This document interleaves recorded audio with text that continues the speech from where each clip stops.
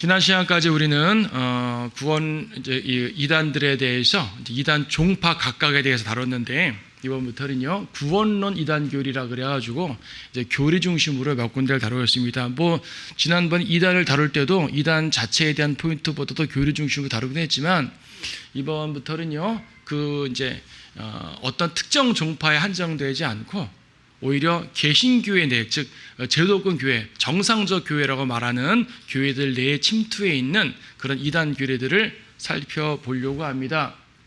교회 안에 들어온 이단 교회들이에요. 한번 설명드렸어요. 제가 영어를 말하려는 것이 아니라 보통 이단이라는 말을 두 가지로 쓰는데, 섹트란 말을 쓰고 헤레시라는 말을 써요. 섹트란 말은 종파의 개념이라고 그랬어요. 제가 이 강좌 첫 시간에 말씀드린 바가 있는데, 다양한 이단 집단들이 있죠. 우리가 지금까지 다뤘던 그런 종파들을 말합니다. 하지만 때때로 이제 섹트란 말은 이단이 아니라 단순 종파라는 개념으로도 쓰고, 성경에 뭐 사두개파, 바리새파 이것도 섹트란 말을 써요. 그런가 하면 그리스도인들, 우리를 진짜 이단들이 성도들을 이단이라 말할 때도 이렇게 쓰기도 해요. 어쨌든 우리 쪽에서 볼 때는 이제 이단 종파를 말할 때 쓰는 거. 헤레시는 뭐냐면은 교리적 개념을 말할 때 씁니다. 비성경적 거짓 교리들을 이단 교리라고 말하는 거예요. 당연히 이단 종파들에는 이단 교리들이 있죠. 근데 이단 종파가 아닌 일반 교파 내에서도 이단 교리들이 있다는 얘기예요. 그들 안에는 헤레시적 요소들을 우리는 이제 살펴보려고 하는데, 교회 안에 다양한 이단 사상들이 침투되어 있습니다. 대표적인 것으로 이제 구원론을 다루려고 그래요. 구원론을 몇 시간 다루고 다른 것도 좀 몇 개 다루려고 하는데요. 사실 우리가 모든 비성경적 교리를 이단이라고 말하진 않아요. 뭐 교회들이 다양한 비성경적인 조직들을 갖추기도 하고, 대표적인 여자 목사가 있다고 이단이라고 말하진 않거든요. 비성경적이라고 말하고 옳지 않기 때문에 우리가 이제 올바로 제시하긴 하지만, 여자 목사란 이유만으로 이단이라고 표현은 잘 쓰질 않아요. 왜냐하면 구원과 연관된 게 아니잖아요. 뭐 구원과 연관되지 않으면 다 용납해도 되냐, 그런 말이 아닙니다. 비성경적으로서 우리가 다룰 건 다루지만은 적어도 우리가 이단이라고 말할 때는 구원론에 대해서, 왜 구원론이 왜 중요하냐면요, 구원의 복음을 왜곡시키면 지옥 보내는 거잖아요. 그렇죠? 지옥 보내는 거잖아요. 아예 세상에 가서 복음을 아예 안 전해서 지옥 가는 것도 있지만, 교회에 와서 교회에 충성하고 열심히 했는데 지옥 가면은 그건 정말 억울하잖아요. 아예 세상에 가서 좀 놀다가 지옥 가죠. 그래서 이제 교회 놀이한다는 표현을 쓰는데, 뭐 교회 놀이하다가 지옥 보내는 건 안 되지 않습니까? 근데 많은 교회들이, 다는 아니겠지만 그런 경우가 많죠. 이런 것들 다루려고 그래요. 물론 구원론만 이단 아닙니다. 다양한 이단 교리들이 있죠. 그리스도의 신성을 왜곡하는 것도 이단 맞고요. 이단 교리고요. 인간 숭배하는 것도 이단 교리고요. 그렇죠? 성경 이외에 또 다른 경전을 추가하면 당연히 이단이죠. 근데 이런 것들은 우리가 이제 다른 이단 종파들에서 많이 봤던 내용들입니다. 이단 종파가 아닌 기존 일반 건전한 교회들이라고 말하는 데에도 이단 요소들이 많은데, 특히 구원론에 대해서, 그러니까 한국 교회나 일반 그 개신교 교회는요, 그리스도의 신성을 왜곡하는 거, 이거는 어느 정도 이 이단 요소들을 배제한 상태예요. 예수님의 신성을 부정하거나 그러지 않잖아요. 성경을 변경시켰지만 그래도 예수님이 신성 자체 인정하고 삼위일체 인정하고 한단 말이에요. 그렇죠? 개인적으로는 뭐 인간 숭배가 있지만은 교리 자체가 어떤 뭐 교황을 숭배한다든지 칼빈을 숭배한다든지 이런 건 아니잖아요. 교리 자체가. 그래서 이런 것들은 카톨릭이나 이렇게 딱 배제되어 있는 상태긴 하지만, 이 구원론 문제, 어찌 보면 가장 중요한 문제일 수도 있는데, 이 구원론 문제에 있어서 상당히 많은 혼란을 겪고 있어요. 이 부분을 좀 잘 살펴봐야 되는 거죠. 오늘은 첫 시간으로서 구원론 이단을 다루는 첫 번째로서 행위구원을 중심으로 살펴보려고 합니다. 갈라디아서 따르면 행위구원은요, 다른 복음이라 그래요. 갈라디 1장 7절 인용은 하지만 6절, 7절, 8절, 9절 보게 되면 다른 복음에 대한 언급은 쭉 있죠. 다른 복음은 없나니 다만 너희를 교란시키려는 어떤 사람들이 있어서 그들이 그리스도의 복음을 변개시키려는 것이라는 말을 썼어요. 변개라는 표현을 썼네요. 그리스도의 복음을 변질시켰단 말입니다. 복음이 변질되는 것이 다른 복음이에요. 갈라디아서 6절에서요. 나는 너희가 그리스도 은혜 안에로 너희를 부르신 분으로부터 그렇게 빨리 떠난 다른 복음을 따르거든을 이상히 여기노라. 바울이 어떤 복음을 전했는데, 바울이 전한 복음과 다른 이상한 복음으로 갔다는 얘기죠. 다른 복음이 별도로 있는 게 아니다. 다른 복음은 없다. 다만 너희들이 지금 복음을 변질시키고 있는데 변질시킨 복음을 따라가고 있다라고 말하는 거죠. 변질시킨 복음, 변개된 복음입니다. 다른 복음은 은혜가 아닌 행위를 전한다는 거죠. 우리 6절을 읽었지만 그리스도의 은혜 안으로 너희를 부르신 분으로부터 빨리 떠났다라고 말하죠. 은혜를 떠나는 게 은혜에 반대한 말은 행위잖아요. 그렇죠? 은혜가 아닌 행위를 전파하는 것이 행위구원, 즉 다른 복음입니다. 갈라디아서의 문맥상 당시 갈라디아 지역 교회들의 그 유대에서 온 할레파들, 즉 율법주의자들이 와가지고 바울이 없는 사이 거기 있는 교회들을 교리적으로 혼돈시켜놨단 말입니다. 바울이 믿음으로 구원받는다 하고 열심히 설교해놓고 딴 데로 갔더니 바울이 없는 틈을 가서 믿음으로 구원받는 것도 맞지만 율법을 지키지 않으면 안 되지 하면서 율법을 지켜야 구원이 완성되는 거야 하면서 율법을 막 가르쳤단 말입니다. 바울이 듣고 보니까 정말 기가 찰 노릇이거든요. 어디 감히 행위 구원을 전해? 행위 구원은 저주받을 다른 복음이라고 말하죠. 8절에서 그러나 우리뿐만 아니라 하늘에서 온 천사라도 우리가 너희에게 전한 것 외에 어떤 다른 복음을 들었다면 그는 저주를 받으리라. 다른 복음. 그래서요 7절에는 읽었던 것처럼 그리스도의 복음을 변개시켰다 그랬잖아요. 복음이 변질된 것이 다른 복음이에요. 저주받을 가치가 8절 9절은 저주받을지어라 말했습니다. 그렇게 온유에 있던 사도 바울이 저주까지 입에 담을 정도면 정말 심각한 상황인 걸 알겠죠. 다른 복음, 가짜 복음입니다. 자, 그래서 이제 행위구원은 이 이단 교리 중에 아주 심각한 건데 이것을 장로교 감리교 할 것 없이 많은 교회들에서요 직접적인 자기네 교리 강령에 쓰진 않음에도 불구하고 현실적으로 행위구원 요소를 많이 가르치고 있어요. 그렇게 생각하고 있어요. 그게 문제라는 얘기죠. 자, 올바른 구원의 복음은 뭡니까? 구원의 복음을 다양하게 묘사를 하는데 그 중에서 대표적인 게 그리스도의 복음이라는 말이에요. 그리스도의 복음. 왜 그리스도의 복음이라고 말하냐면 지금 우리가 1장 7절도 그리스도의 복음이라고 나와 있잖아요. 그리스도의 복음이라는 말은 신약 성경에 12번 나오고요. 그중에 신약적인 복음을 가리키는 말이 11번이 쓰이고 있습니다. 그래서 그리스도의 복음이라는 말은 이퀄 신약적 은혜의 복음이랑 같은 말이에요. 그리고 왜 그리스도의 복음이라고 말하냐면 하나님의 아들 예수님이 복음의 주체이기 때문에 그리스도의 복음을 말하는 겁니다. 또 그리스도의 복음을 말하는 이유는 그분의 그리스도의 죽음과 부활을 다루는 복음이기 때문에 그리스도의 복음이라고 그래요. 어떤 분들은 약간 오해하기를 그리스도의 복음을 하게 되면 그리스도께서 전파하신 천국 복음을 말하는 거 아니냐라고 오해하는 분인데 절대로 아닙니다. 제가 다른 시간도 말씀드렸듯이 그리스도의 복음은 그리스도의 죽음과 부활을 다루는 복음을 그리스도의 복음이라고 말합니다. 신약 성경은 이 용어를 11번 이상 쓰고 있습니다. 또 이 복음을 다른 표현으로 하나님의 은혜의 복음이라고 말해요. 보통 은혜의 복음 줄여서 말하는데 정식 명칭은 하나님의 은혜의 복음인 거죠. 사도행전 20장 20절에 딱 한 번 나와요. 오히려 은혜의 복음이라고 말하면 한 번밖에 안 나오고 그리스도의 복음이라는 말이 훨씬 더 많이 나오죠. 왜 은혜의 복음이라는 말을 쓰냐 하면은 이 복음의 포인트가 은혜이기 때문이죠. 행위가 아니라 은혜이기 때문입니다. 에베소서 2장 8절 9절 보게 되면은 너희가 믿음으로 말미암아 은혜로 구원을 받았으니 이것은 너희에게서 난 것이 아니요 하나님의 선물이라. 은혜로 주어졌대. 은혜는 하나님께서 전적으로 주시는 것이 은혜죠. 은혜는 내가 받고 싶어 받는 게 아니에요. 주님이 주시는 거예요. 근데 주님은 모든 사람에게 은혜를 주셔요. 근데 이 은혜를 받는 사람이 있고 안 받는 사람이 있죠.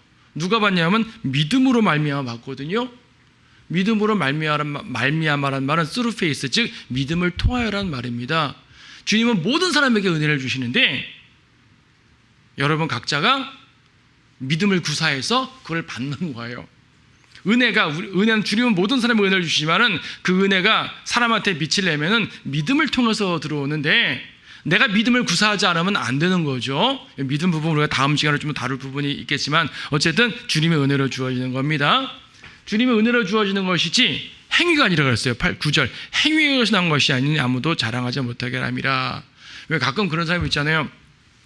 어떻게 구원받은 걸 확신할 수 있어? 구원의 확신은 교만의 죄야.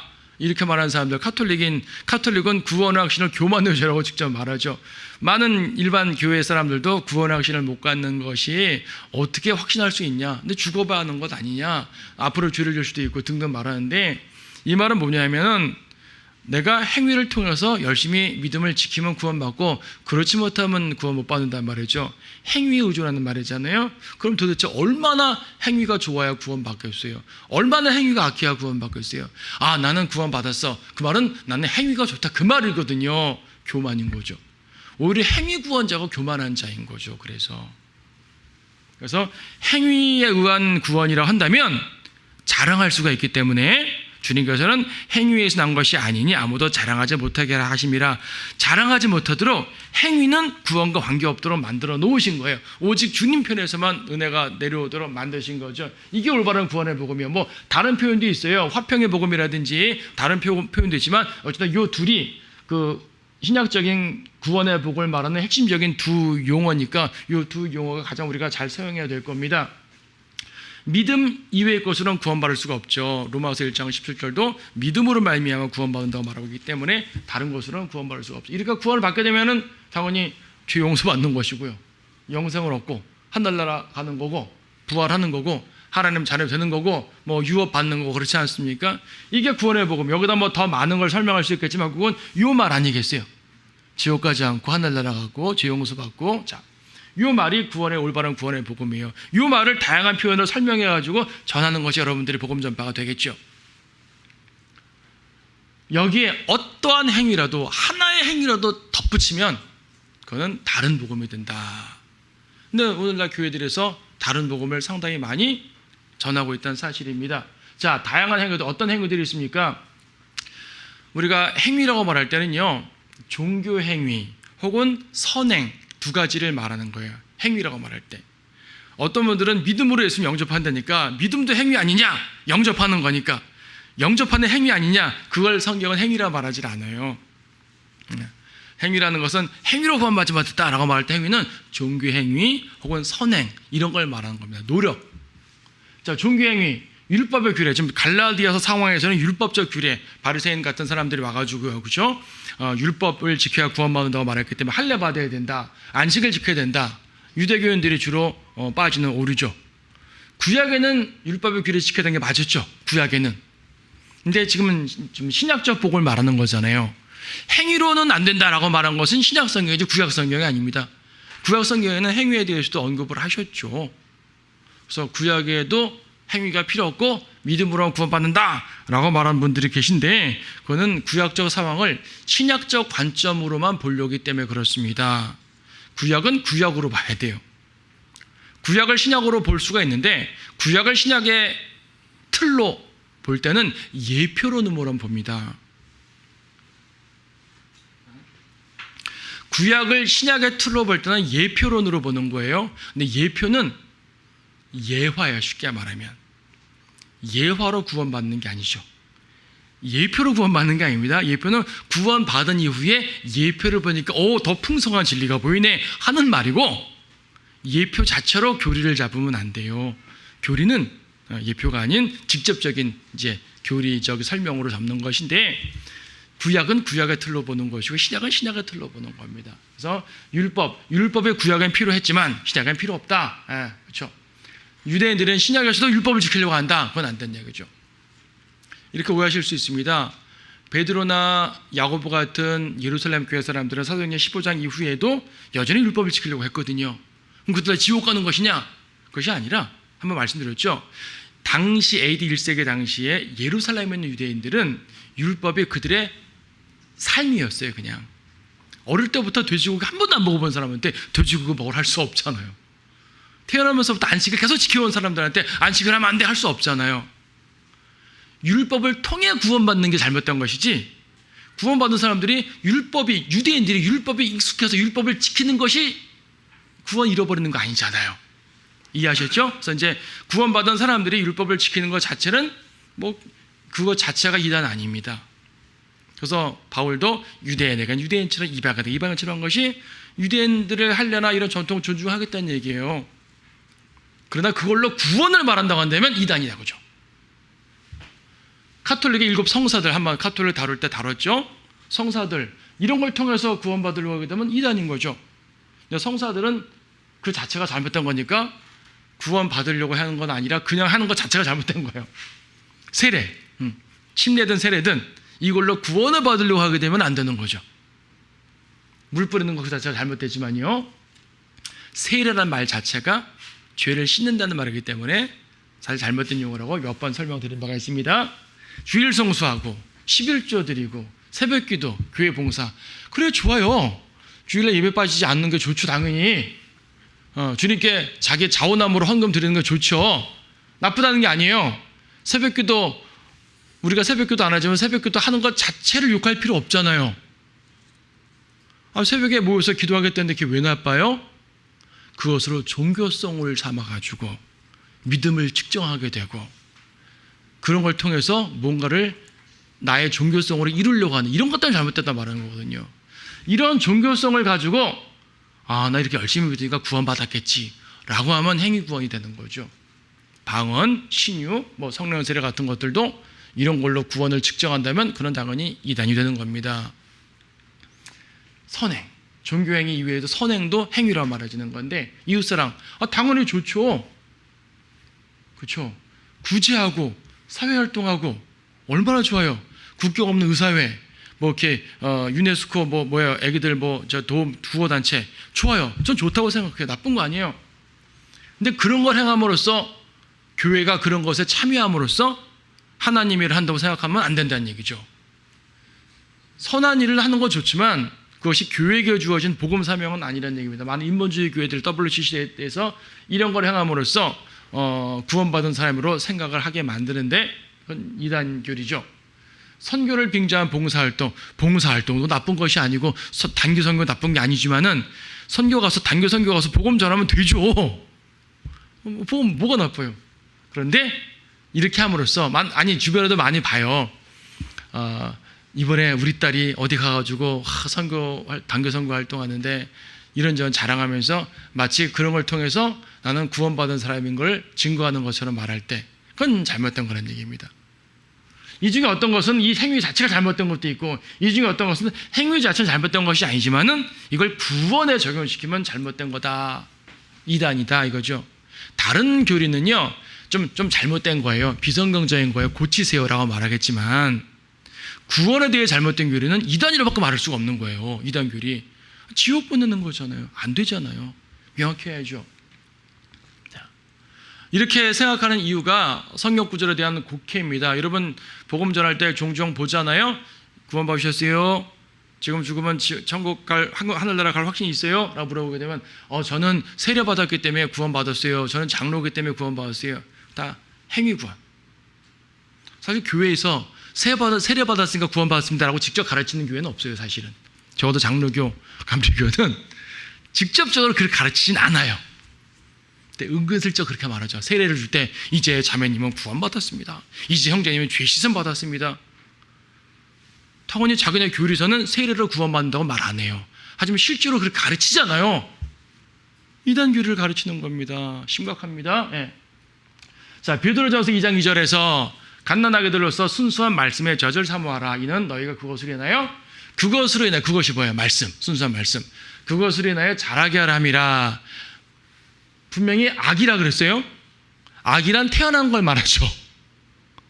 하나님의 자녀는 태어났어요. 지금 태어났는데 어려요. 말씀을 통해 자라야죠. 즉 태어났다는 것 자체가 하나님의 자녀란 말이니까 구원받았단 말이죠.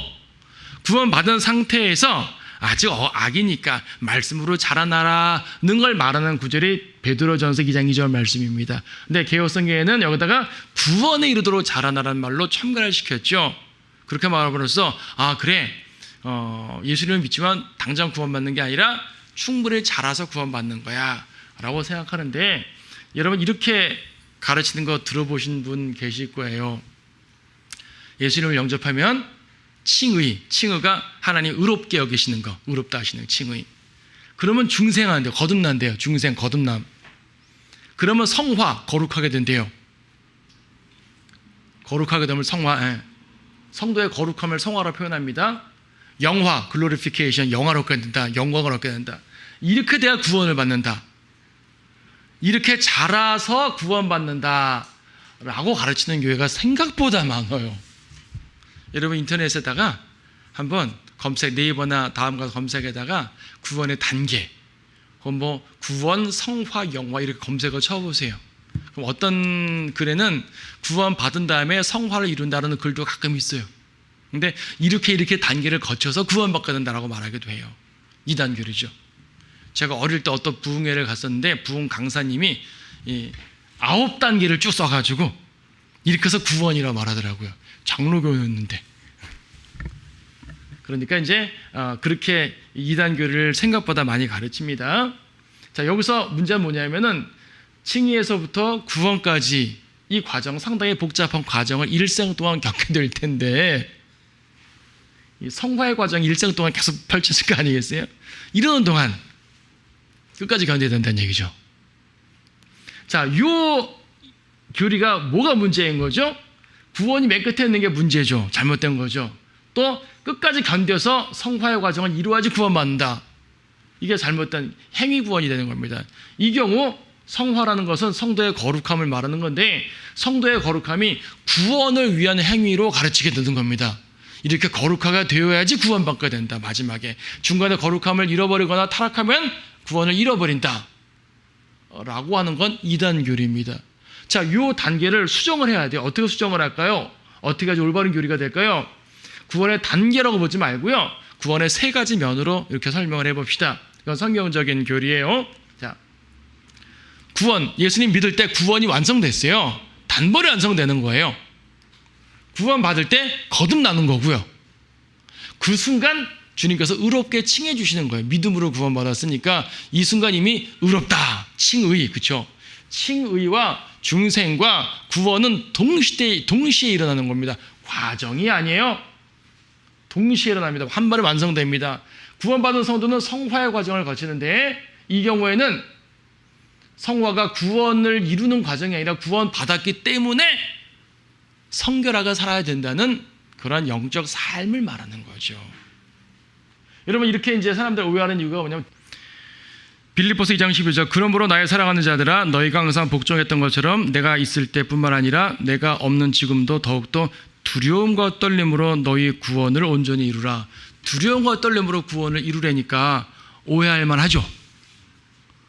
두려움과 떨림으로 구원을 이루라 라고 말하니까 오해를 하는 겁니다. 근데 이게 뭐냐면 성화의 과정을 말하는 거예요. 성화. 구원이라는 것은 성경에서 다양한 개념으로 쓰입니다.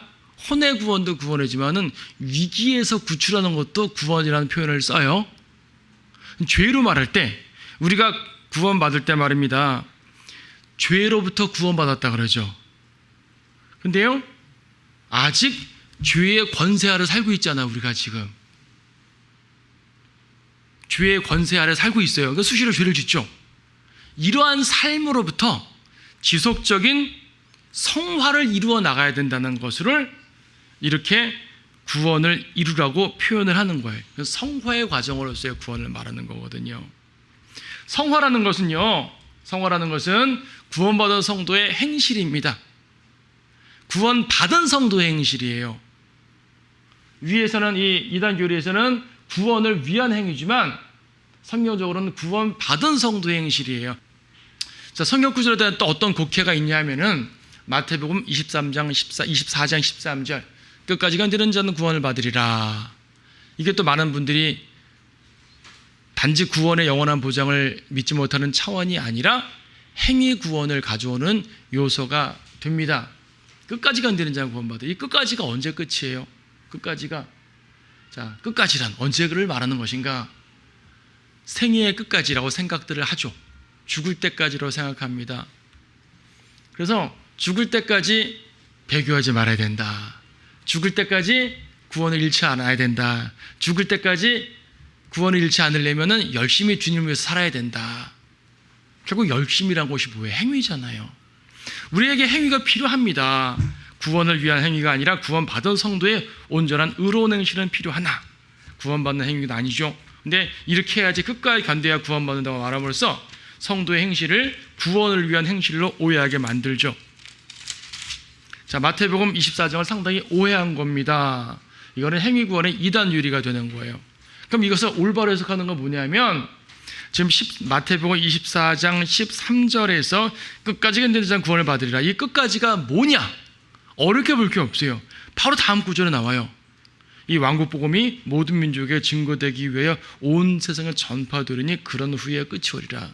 자, 왕국 복음이 뭐다? 이거까지 모를 수 있어요. 이건 좀 다른 설명이 되니까 오케이, 이거까지 모른다 칩시다. 그러나 어쨌든 어떠한 복음이 모든 민족에 전파되어야 끝이 온대잖아요. 여기서 말하는 끝은 개인의 끝을 말하는 것이 아니겠죠.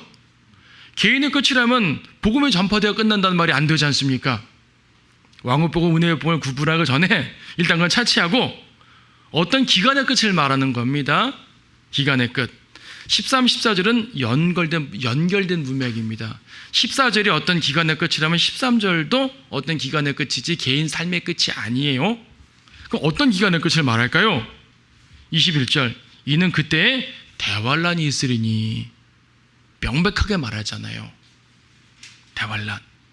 그래서 끝까지 건드리는 자 구원받는 얘기는요, 대환란 때의 교리예요. 대환란 때 끝까지 믿어야 돼요. 왜? 중간에 믿음 버리고 짐승기 포함하면 지옥행이란 말이죠. 우리가 계시록 12장 17절은 여러 번 뭐 신천지 할 때도 봤고 카톨릭 할 때도 봤고 여러 군데서 봤어요. 안식구 할 때도 봤고. 뭡니까? 하나님의 계명과 예수 그리스도의 증거를 지킨다 그랬습니다.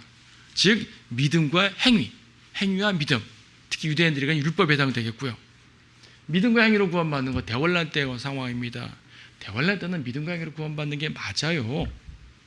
대환란 때도 은혜로만 구원받는다 하게 되면 곤란한 게, 그러면 교회 시대와 대환란 시대의 차이가 없죠. 자, 교회 시대는 예수 그리스도의 신부예요. 그리스도의 몸이고요. 누구나 쉽게 구원받도록, 누구나 은혜로 구원받도록 그 쉬운 길을 마련해 두셨어요. 그걸 거절했네요. 거절하고 우리는 다 올라갔어요. 문 닫혔어요. 그럼 구원이 끝난 거죠. 하나님 이들 다 지옥받아서 관계없어요. 그렇게 수많은 기회를 줬잖아요. 주님은 다 지옥보내도 돼요. 대환란에 남았다는 이유만으로 그들은 구원받지 못했단 말이에요. 그렇죠? 구원받았으면 다 올라가니까. 구원받지 못한 사람만 100% 남는 것이 대환란입니다. 그들 다 죽이셔도 돼요. 하지만 주님은 다 죽이지 않고 한 번의 기회를 더 주시네요. 그들에게 구원의 기회를 더 주시네요. 예언에 따라서 주시네요. 근데 그 구원의 기회가 우리랑 똑같을 수는 없죠. 그렇잖아요. 교회 시대의 구원은, 은혜로 받는 구원 시대는 끝났기 때문에 주님이 다시 구원의 기회를 주셔도 우리랑 똑같을 수는 없는 거예요. 구약적 상황이 반복될 수밖에 없는 것이고, 예언에 따라서 그들은 율법을 지켜야 되는 것이고, 이런 모든 것들이 펼쳐지게 됩니다. 환란 시대의 교리죠. 그래서 이 구절 환란 시대의 교리를 교회 시대에 적용하니까 행위 구원이 나오게 된다 이거죠. 자, 여기서 성경 해석에 팁을 드리게 되면은 뭐냐면, 신약 성경에서요 행위 구원을 말하는 것처럼 보이는 구절들이 종종 있어요. 대표적으로 히브리서 6장 4절 6절. 구약은 어차피 행위를 말하니까 구약 말고 신약 성경에서요.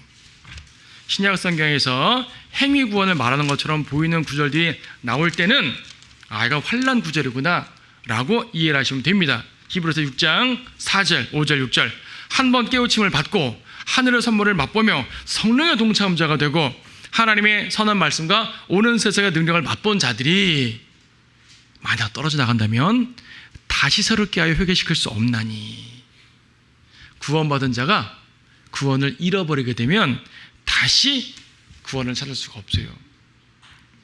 근데 오늘날 구원을 잃어버린다고 주장하는 사람들 말입니다. 그러면 타락해서 구원 잃어버렸어요. 그럼 어떻게 되죠? 다시 믿으라고. 아니, 여기서는 다시 새롭게 회개시킬 수 없다고 그랬잖아요. 대환란 때는 구원의 기회 한 번입니다. 구원을 잃어버리면 못 찾습니다. 히브리서 3장 14절도요. 이는 우리가 처음의 확신을 끝까지 견고하게 붙들면 그리스도께 참여한 자가 된다. 그리스도께 참여한다는 말은 사실 교회 시대적 용어가 아니고요, 환란 시대적 용어예요. 교회 시대적 용어는 그리스도가 참여한다고 표현하지 않고 그리스도의 몸이 된다고 표현하죠. 우리가 그리스도의 몸, 우리가 그리스도께 참여한다는 말은 그리스도의 몸으로 참여하는 거 아니겠습니까? 그리스도의 신부가 되는 거고요. 우리가 그리스도의 몸으로 참여하는 것은 오직 믿음으로 되는 거예요. 단번에 이루어지는 사건입니다. 우리는 끝까지 확고하게 견디면, 끝까지 견고하게 붙들면 그리스도께 참여하는 자가 된다라는 말은 행위적 요소가 들어가겠죠. 이거는 환난 교리예요. 그러니까 여러분이 마태복음의 전환기 저 책이다, 사도행전 전환기, 히브리서, 야고보서, 환난사신 이렇게 이제 체계적 공부하는 것도 좋지만 그렇게 모든 사람들에게 짧은 시간 내에 다 설명해 줄 수 없잖아요.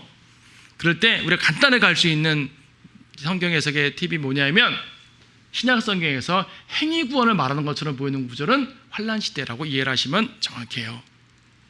그리고 구원의 영원한 보장을 말하는 구절들은 복음서에서나 서신서에서나 은혜 복음, 그러니까 이제 교회 시대를 말하면 됩니다. 그래서 이렇게 이해를 하시면 되겠습니다. 자, 오늘은 간단하게나마 구원론의 잘못된 이단 교리 중에서 행위 구원 요소를 살펴봤어요. 다음 시간에는 그 믿음의 문제를 좀 다루겠습니다. 믿음이 어떻게 주어지는 것이냐 때문에도 이상한 이단 교리가 나오는데 극단적 칼빈주의와 연관해서 이 부분을 좀 더 살펴보도록 하겠습니다.